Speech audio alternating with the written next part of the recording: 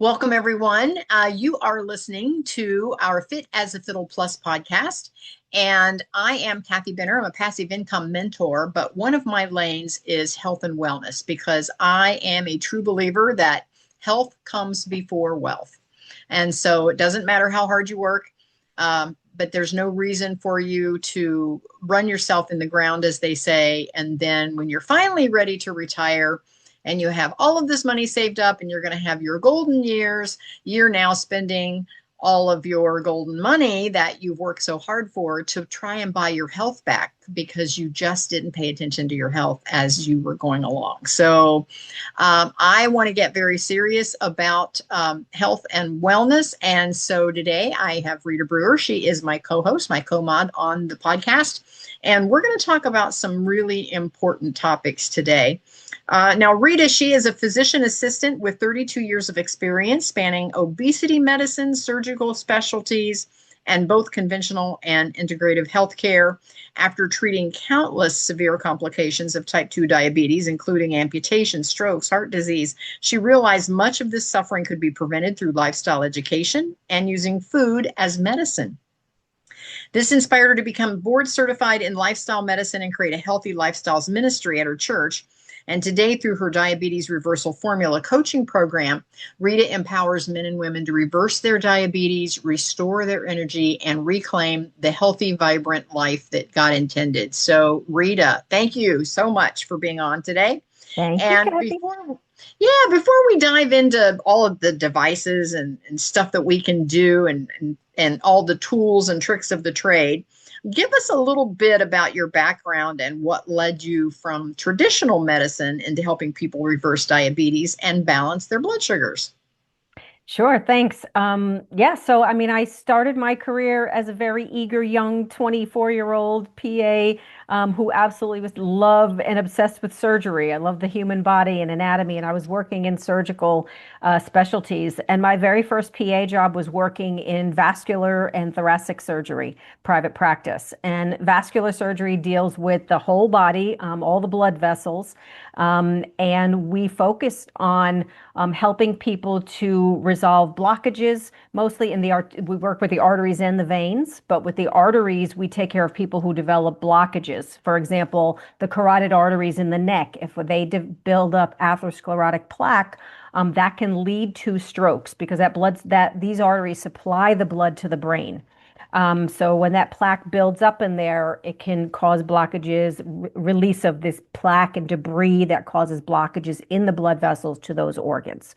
Vascular disease is systemic. So if you have a blockage in one area of your body, that means you have blockages in other areas as well, because all the arteries are connected from head to toe. Another area that we dealt with a lot was the lower extremities. When people would have severe diabetes, and the arteries are these soft, spongy vessels that carry the blood. But after years of poorly treated and poorly controlled diabetes, these arteries get hard like rocks.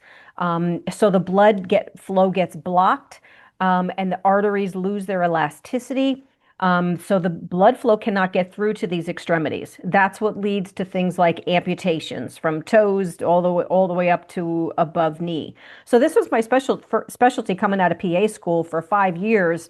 And we operated every single day on the worst of the worst complications of diabetes. So the carotid arteries, the peripheral bypass, trying to reroute new blood flow to the extremities to heal. There's open wounds that would not heal or became gangrenous. Kidney failure as well is a very common problem with diabetics that are poorly controlled. So these patients would be on dialysis. We would have to create these bypasses called an arterial venous fistula that would allow them to be able to have dialysis 3 times a week. So this was my first introduction to medicine in that specialty. And I saw the worst of the worst complications of diabetes. And at the time, I didn't really know that we could do much to prevent it. These were the end Mhm. stage of disease patients. And we were in, emergency care at this point, just limb salvaging procedures, just to try to prevent, these horrible things. But diabetes is the number one cause of blindness and infertility and kidney disease and heart disease. Um, Obesity leads to diabetes. Every organ system of the body is affected with diabetes. It's so many things. Um, so this is where my passion originally came from. And then through the years, after over 20 years of practice, I saw that we weren't really doing a good job at helping to people prevent it until I started working in the weight loss industry. And I saw, how just losing weight helped to balance people's blood sugar levels and everything that's associated with it got better, all these metabolic disorders, which we could get into. So, yeah. Wow. Wow. For someone who's never really thought about blood sugar beyond my annual lab test, of course, why is monitoring the glucose such a big deal for overall health, energy, and even your weight? I didn't quite, since I'm not in the medical field, that's not my background. I don't Mhm. quite understand how all of that works together. Yeah, so this is really important, is why people need to know this. So, the foundation of most of the chronic diseases that people are dealing with on a regular basis has to do with insulin resistance, which we'll get to. So, the conditions that are all related to insulin resistance are weight gain, high blood pressure, high cholesterol, diabetes, heart disease, strokes, many type of cancers, chronic fatigue, could be autoimmune diseases. So many things are related to insulin resistance. And insulin resistance is when our body is not metabolizing sugar effectively. So, talking about blood sugar metabolism, and we're going to get into continuous glucose monitors. This is why I think it's so important for so many people to be aware of what's going on with their blood sugar, because it's not just about treating diabetes. There's so much more to it that we can use, from on the preventative side to prevent all these things, fatty liver disease, all these things. 85% of what the chronic illnesses are today that people are seeing their medical providers are metabolic disorders, which I just mentioned, that are all associated with blood sugar metabolism. Wow. Wow. So Yeah. if you're going to start anywhere, here's where one should start. Yes, absolutely. Absolutely. That is just incredible. And again, um, we don't think about it. We're going through our days, we get a Mm-hmm. snack, we go through fast food, I mean, it's the Yeah. lifestyle that most Right. of us live, and it costs more money and takes more time and effort to actually eat healthier and pay attention to all those things. And then even when you're trying to eat healthy, you shop organic. Is it really organic? Mm-hmm. And you try to eat the good stuff, and you try to do what's best for your body. But even then, you don't have a way to see what's happening on the inside. Right. You think Right. you say, okay, I eat well, I'm doing all the right stuff. And then you finally go for that once a year lab test, and your numbers still aren't where you want them to be. So, can you explain the difference between the traditional the finger stick you do for glucose testing, and then the continuous glucose monitor? What does the continuous monitor measure, and what does it show you? Yeah, absolutely. And I forgot to mention too, the list of metabolic disorders is so big. I was trying to remember them all. But a big one now is type 3 diabetes, is Alzheimer's disease is referred Mhm. to now as type 3 As type 3. diabetes. I, Yeah, I so just read an article on that. it affects our brain function. How many of us are dealing with brain fog on a daily basis or poor sleep? It's all affected there. Yeah. Yes. Okay. So back to your question. So the finger stick is basically, the little prick of your finger. It takes a blood sample and it gives you a blood sugar reading for that one moment in time.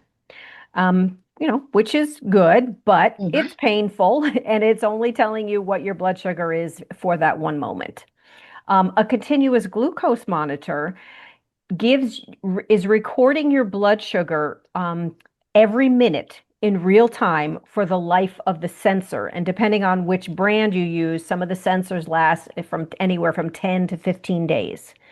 So Okay. it's 24/7 monitoring your blood sugar every minute, unless you lose your Wi-Fi connection because it is connected to Bluetooth. So it's so much more it's valuable data, because Uh-oh. I check my blood sugar in the morning and it's fine. But it's also a fasting specimen, so you haven't eaten anything, for 10 or 12 hours. And yeah, I hope it's in good range when you first wake up in the morning, but they have no idea what it's doing the rest of the day and in response to their meals. Whereas the glucose monitor can tell you all that. You're tracking in real time. And I love that. So it has an app that you download on your phone, and on Okay. the home page where you see your blood sugar reading, below it, it has a section for notes. So my patients or clients, they can enter in data of what's happening at that moment.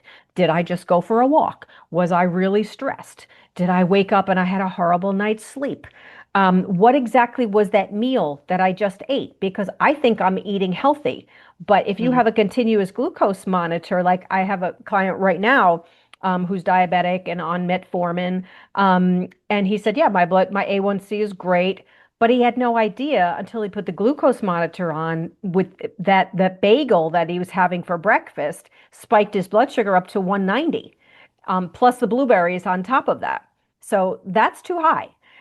So that's the great thing about the CGM is that you can correlate it with exactly what's going on in your lifestyle in real time. So there are a couple of disadvantages, though, which I know we'll probably get into that as well.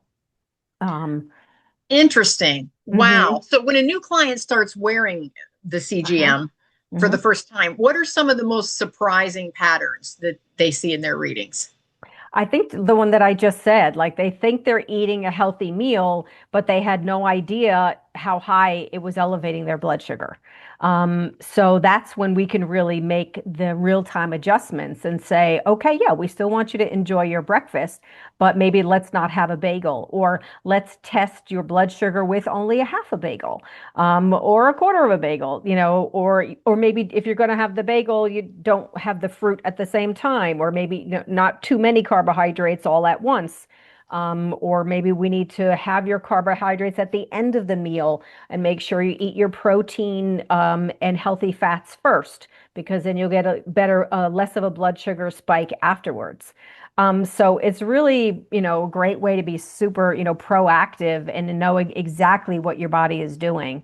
And then again, too, there's so much bio individuality, right? Because if you and I eat the same exact meal at the same exact time, our blood sugar response afterward is not going to be exactly the same. Like everybody's metabolic health is different. So just because it's supposedly a good healthy meal for the average person, it doesn't mean that you're going to respond to it well. So that's why I love the CGM because it tells you exactly how you respond. Okay, so this is actually a tool that everyone Yes. can use. It's not Yes. not to think of it like a medical device. Think of it Hmm. more as a tool for your better health. Yeah. I mean, it's definitely a medical device, but it's also, I think, a hacking device as Oh well. yeah. Oh Yeah. yeah. Definitely, definitely Yeah. biohacking because you can actually see what's going on in there. Right. Right. That's the problem. Now, Yes. what are some of the biggest benefits you've seen in your clients who use the CGM, whether it's with their cravings, their weight loss, their diabetes reversal, or even just medication reduction? Yeah. What are some of the biggest benefits? Well, it first starts with the awareness, right? Is knowing how your body is responding. Because when you see something that causes an elevation and you know what you were doing in real time, whether it was physical activity or a meal, then you can make changes. Then we can work together. And if you don't know what to change, that's what I would do with Mhm. my clients. I help you make a balanced meal that you're still going to enjoy, that's not going to have that same impact. So when you do that, your diabetics are going to get much better A1C control, much less need for medication. When you have chronically elevated blood sugars or up and down all the time, like a roller Mhm. coaster throughout the day, you can't lose weight either. Because, when your blood sugars are elevated, then that insulin is the hormone that has to be secreted from the pancreas in order to move that sugar into the cells so it can use it as fuel. But we get that insulin resistance from so much chronic, our standard American diet, so much sugar coming in and hiding in places that we don't realize. Then it causes those receptor cells to get jammed up, and the sugar can't move into the cells effectively. So it affects everything. People don't realize that high blood sugar causes high blood pressure. People, oh no, I don't have diabetes, but yeah, I have high blood pressure. Well, guess you better check it because you might have high blood sugar. And same thing with cholesterol and fatty liver and, heart disease and all of these things are going to be improved upon if you know what's happening with your blood sugar and are willing to make the changes to improve it. That's what I love about this is that it's preventative, right? Because all these metabolic disorders are preventative in so many ways. Wow. So now, with what you know now, and looking back on your introduction into medicine, you have to just be saying, wow. If those folks would have only known, Yes. somehow been educated, somehow early on, they could have prevented a lot of those medical procedures that they were going Right. through. Right. And even still to this day, you always like to ask, what do you hate? What do you find frustrating about your industry, right? So in conventional medicine, the most frustrating thing for me about this is that they're not being offered often enough. And the main reason is most of the time is because it may not be covered by insurance.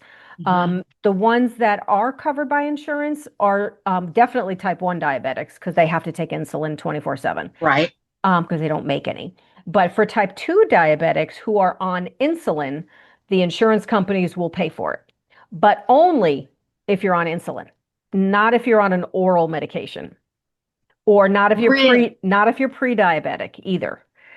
So, but the other thing that upsets me is that even those patients who qualify for coverage are still not always being offered that.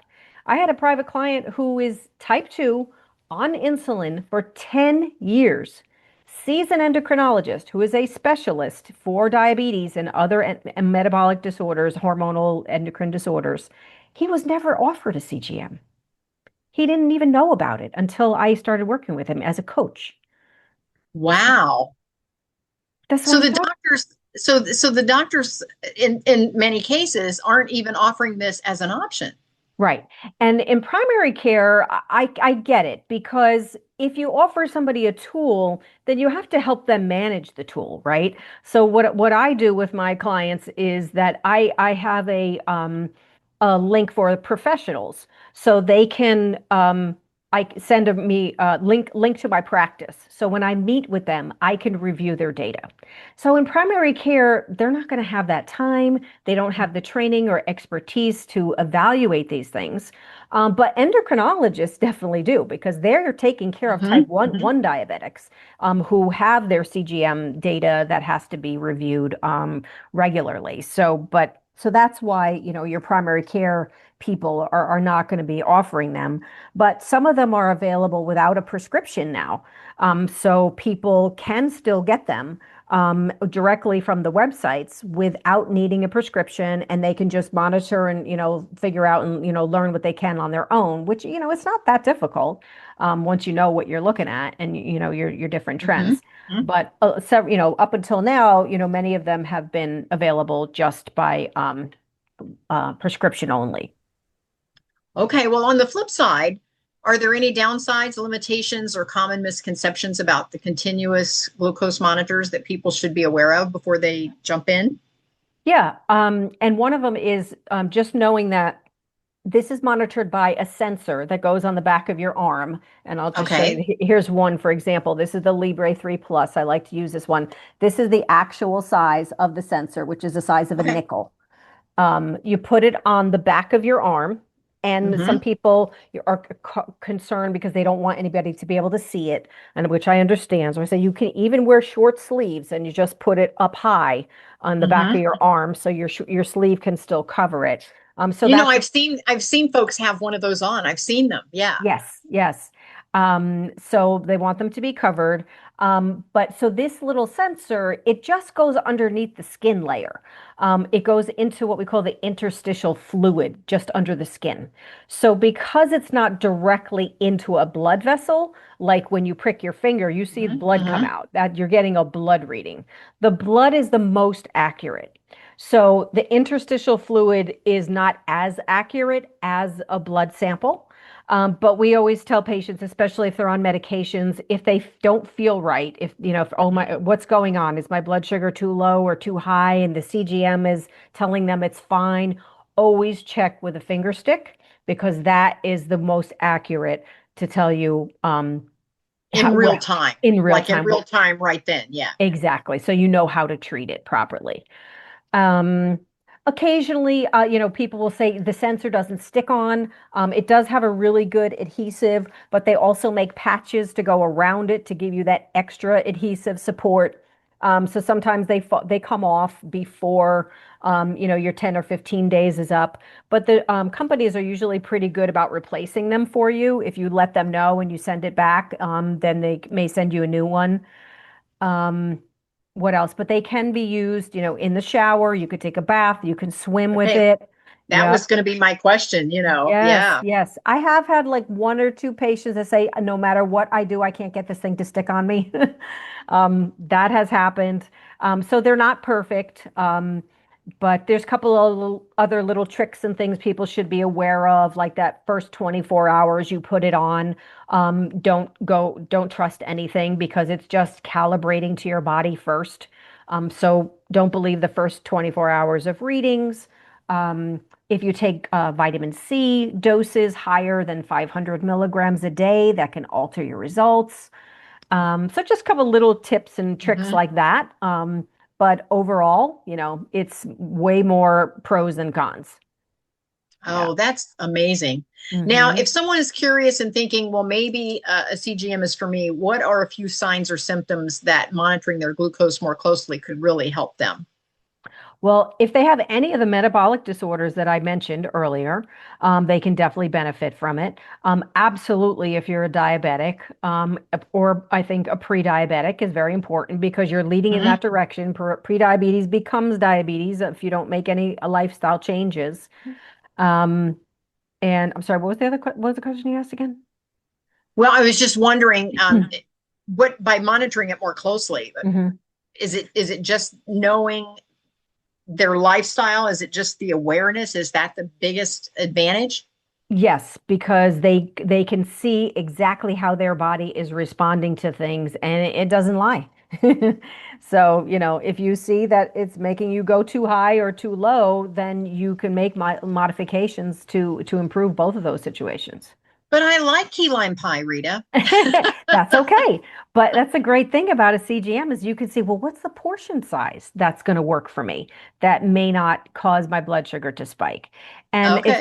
it's really fun to experiment too with if you eat that key lime pie all by itself versus if you eat it at the end of the meal where you've already had all your rich veggies of fiber and protein and healthy fats that are going to stabilize your blood sugar first.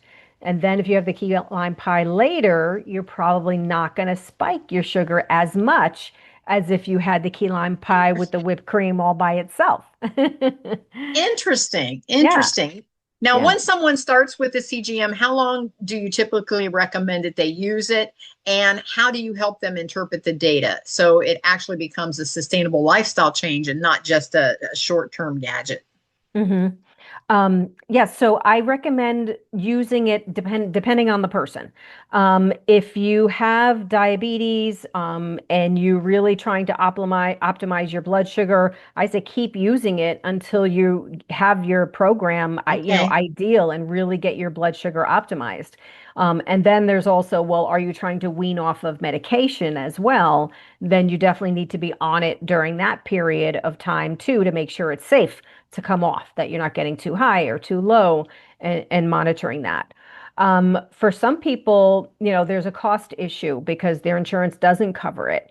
In my area, I don't know if it varies much around the country.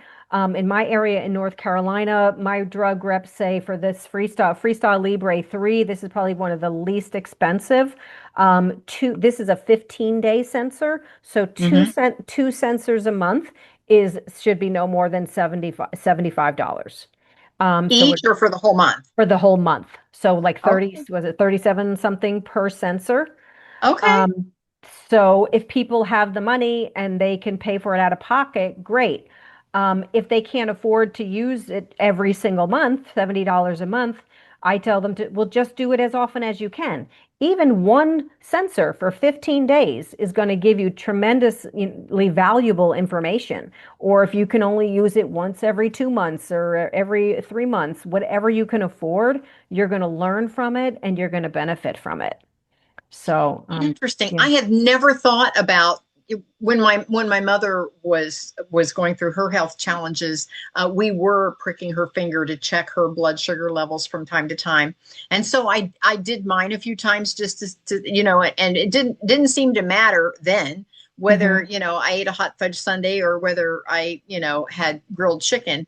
I stayed just right in that nice hallway of blood sugars where I was supposed to be. But I think as we get older, things change. And Yes. of course, the foods that we eat, you know, I, I, Hmm. I'm shocked that some days I am shocked that we are as healthy as we are with our food source because of all of the Yes. fast food.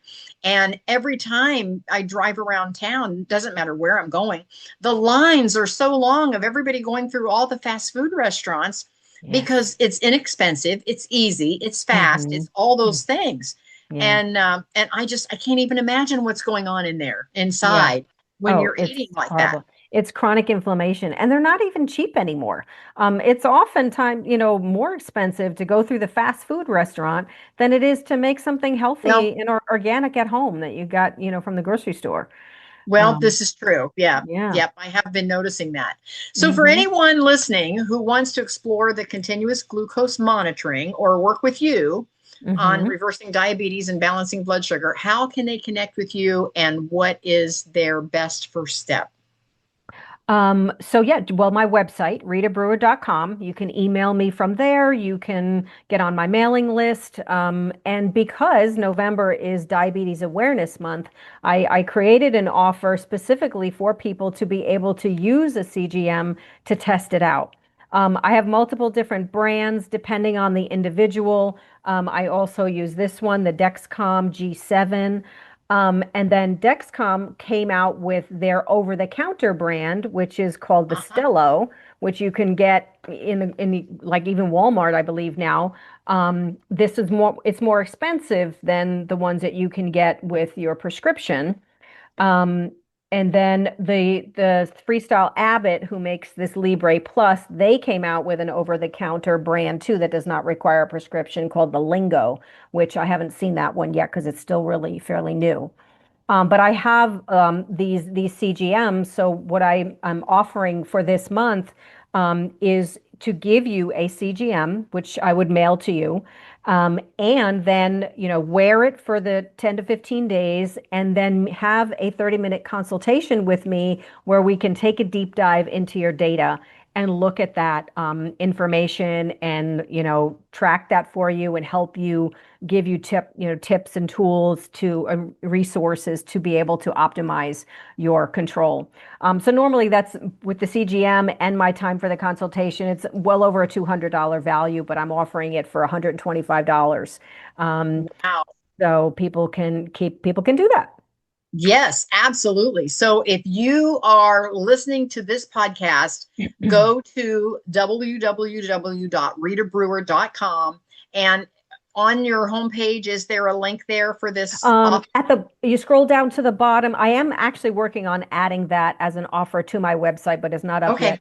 But all you have to do is scroll to the bottom where my contacts is and just send me an Okay. email and say CGM and that's it, or CGM offer, or whatever you want to share about it. And I'll get you all the information and get that to you. Um, but yeah, I'm excited about that. So What a great opportunity to finally yeah. take a look inside and see what's going Hmm. on so that we can Yeah. make better choices. And it's all about I tell my students all the time, it's all about good, better, and best. And so there are a lot Yes. of things that are good. There are other things that are better. And then there are some things that are the best. So Yeah. this will help you choose the best. Yeah, and weight loss is really important too. So many people are how many people are struggling with weight loss, right? Mm, Challenges, right? Over 70% of the population is overweight, yes. 42% of the population is obese, and people are struggling. They don't know why. They feel like they're doing everything right. And Hmm. this is another great tool that can be used to see, well, what's going on with your blood sugar? Because like I said, when sugar is high, insulin is high. And insulin just stores more body fat.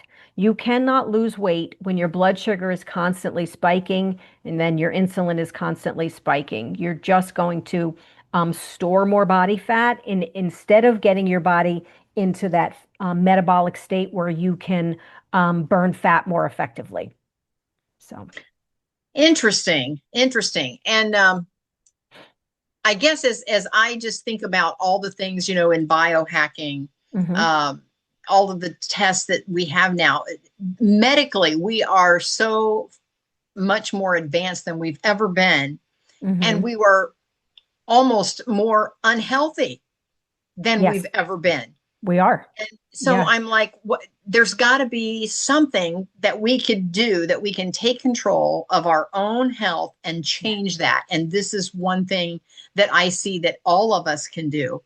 absolutely. Again, I look at, I drive by and see all the lines of the fast food. What about all the lines at Starbucks? So save hmm a Starbucks, get a glucose monitoring system Yeah. instead. Yeah. Yeah. Even if you try it one time, it's like $37. It's less than a manicure, Yeah. So Yes, it, you know, absolutely.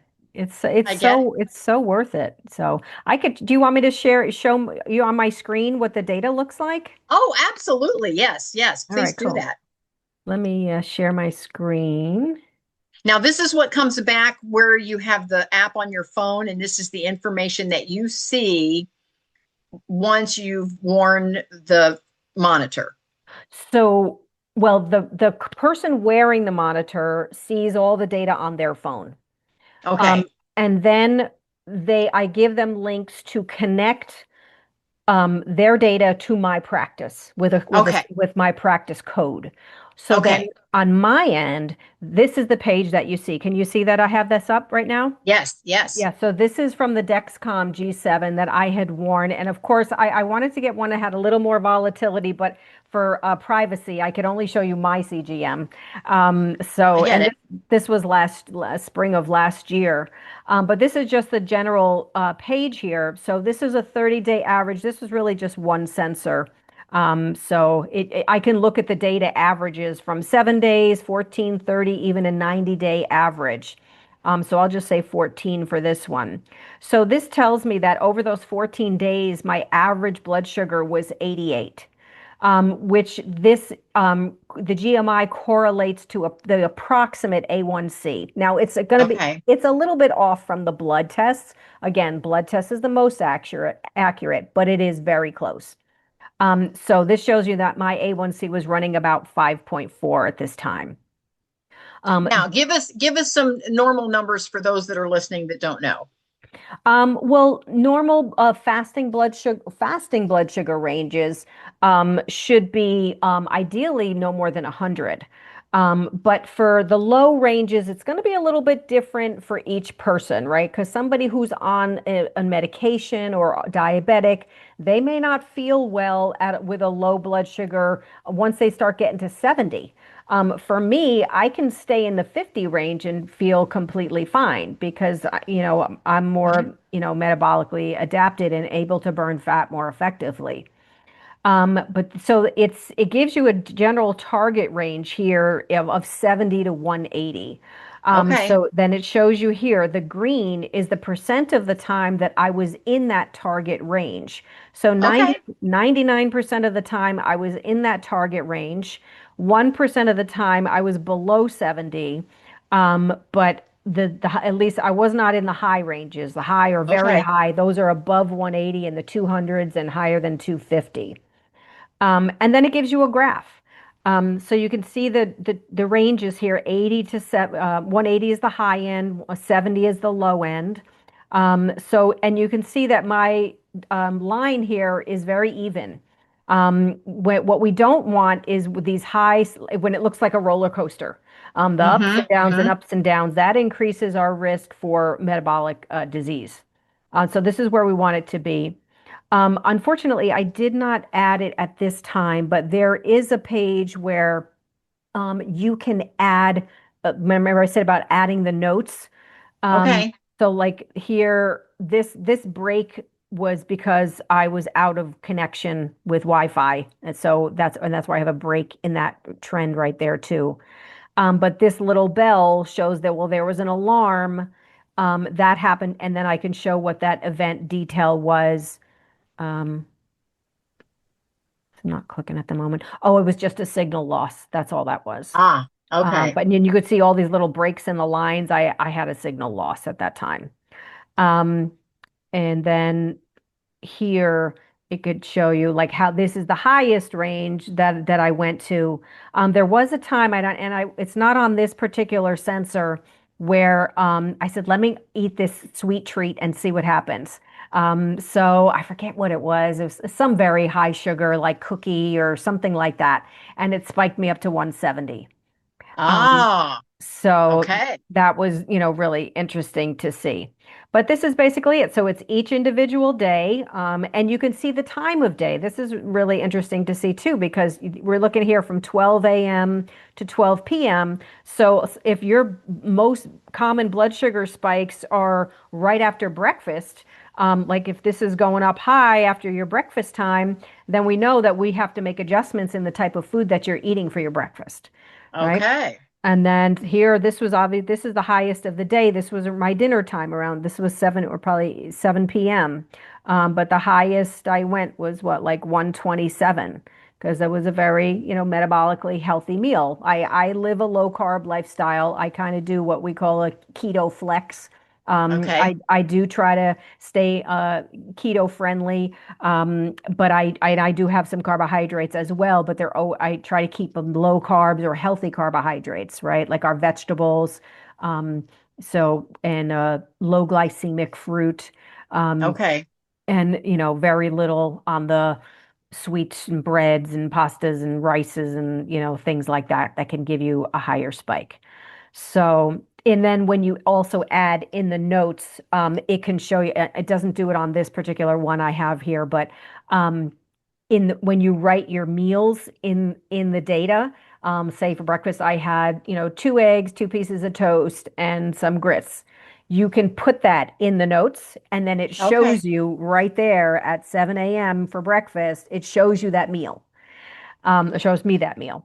And you have it in your phone app as well. So I can look at Okay. that, and that helps me to ask the right questions and say, okay, well, what was going on at this time? So the more data you put into your notes, the more it helps yourself and helps me to interpret your data and show where the places are that we Okay. need improvement. And no So cheating. And no cheating because the test will show you can't say I didn't eat the cookie when you spiked up to 180.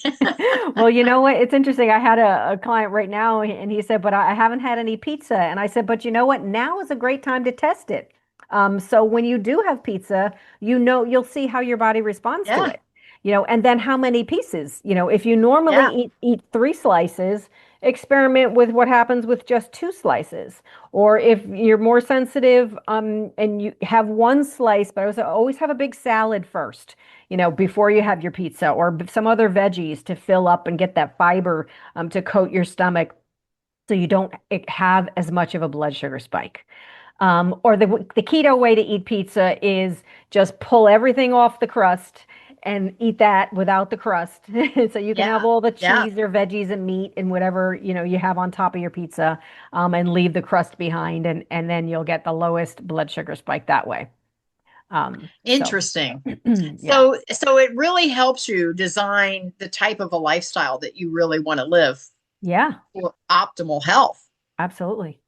Yep. Perfect. I love it. Yeah. So cool stuff, right? Very cool. Very cool stuff. Yeah. Yes. I love it. As you can tell. Now, on all of those over the counter, they all come with an app. I mean, that's how that works. All of them have that. The boxes have instructions inside. You download the app to your phone. Each sensor requires its own app. So if end up Okay. changing up different ones, you're going to have to use different apps and they don't save Okay. data from another sensor. But I make recommendations for each individual depending on their medical conditions, like could they possibly be covered by insurance? For Okay. my diabetic patients, I usually find that most diabetics um, have the Dexcom coverage. But you Okay. can call your insurance company and if you're on insulin, call your insurance company and ask them which continuous glucose monitor will you pay for before you get the order. For my patients, Okay. and mostly it has been Dexcom G7.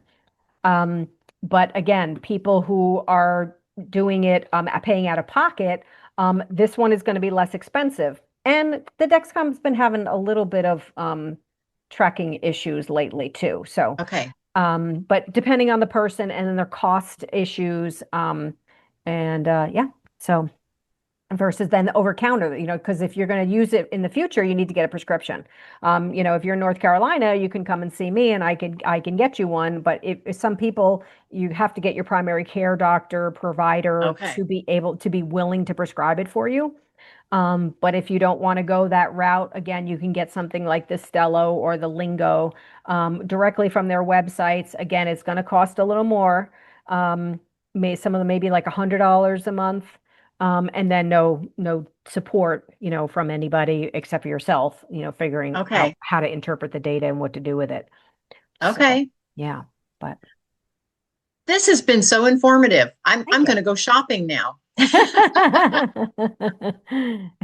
I would be interested to know because I've Mhm, been working very hard to keep my sugar levels even and low and all those mhm. things. And so Yeah, yeah, this is very interesting to me. This has been a yeah. great conversation. Yes, I knew you would be because you're a biohacker.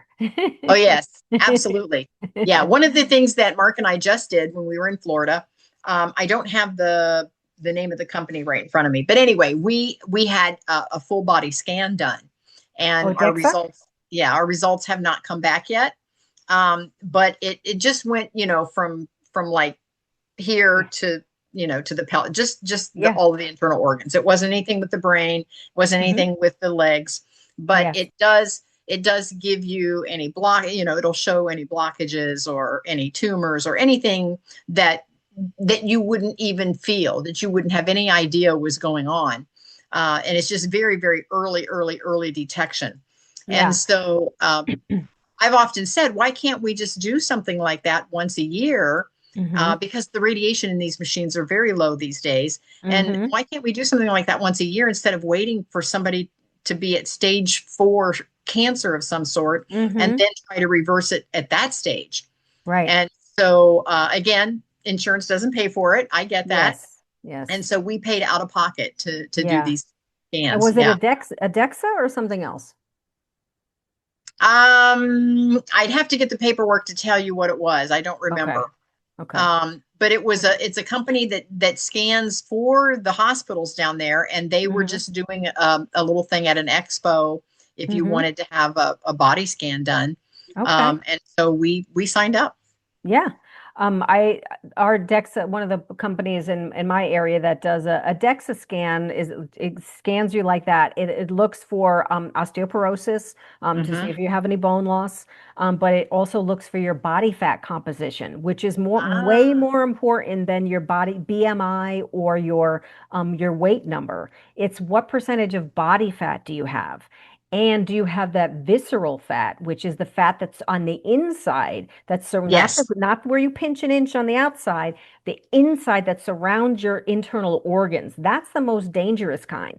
So the DEXA scan can look for that visceral fat, but it also shows you the subcutaneous fat too, which is on the outside.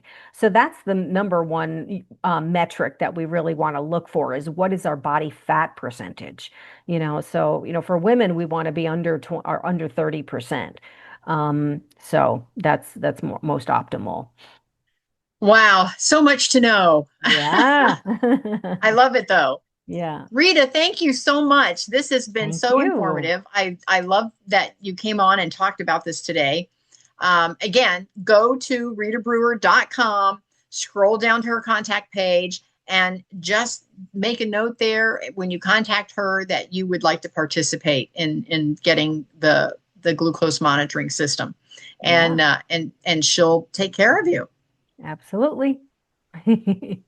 Rita, thank you again for being on. I really appreciate you. Love you, girl. Love you And too. Thank you so much, Kathy. yes, and we will see everyone soon. Bye bye. Bye, everybody.